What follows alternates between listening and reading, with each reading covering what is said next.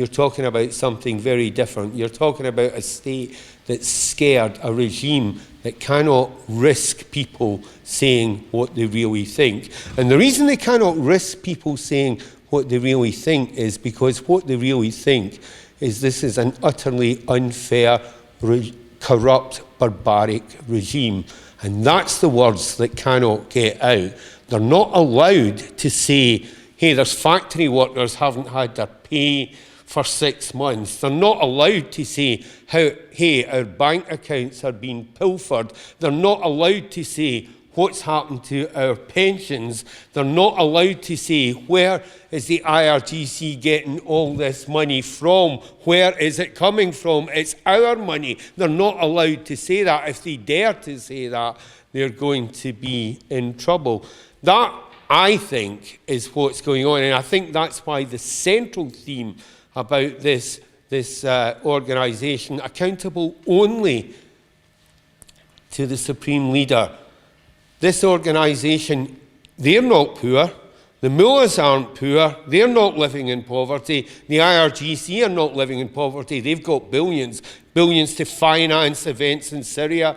Billions to finance their exploits all over the world. Billions to finance their revolutions and their terrorist acts and their assassinations. No shortage of cash for them.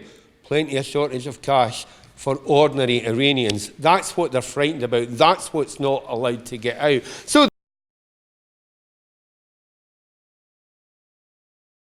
it highlights the human rights violations in Iran and the regime's support for terrorism abroad. The early day motion makes it clear that the IRGC is considered a terrorist group by international allies, including the United States of America. It also shares the government's view that their support for terrorism undermines prospects for regional security and lasting peace in the region. Finally, I believe only one more page to go in this speech. It calls on the government to include the IRGC on the list of proscribed organisations and to impose punitive measures against its officials. It is also hoped that the government can work with our allies to expel the IRGC from Syria, Iraq and the Middle East. A similar statement by the British Committee for Iran Freedom circulated in the House of Lords and has already been supported by many peers.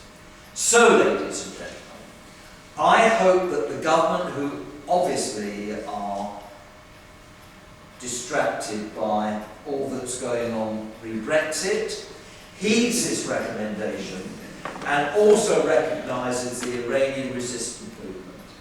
If the 10-point democratic platform put forward by Mrs. Maryam Rajavi is realised, we could soon be celebrating a free and democratic.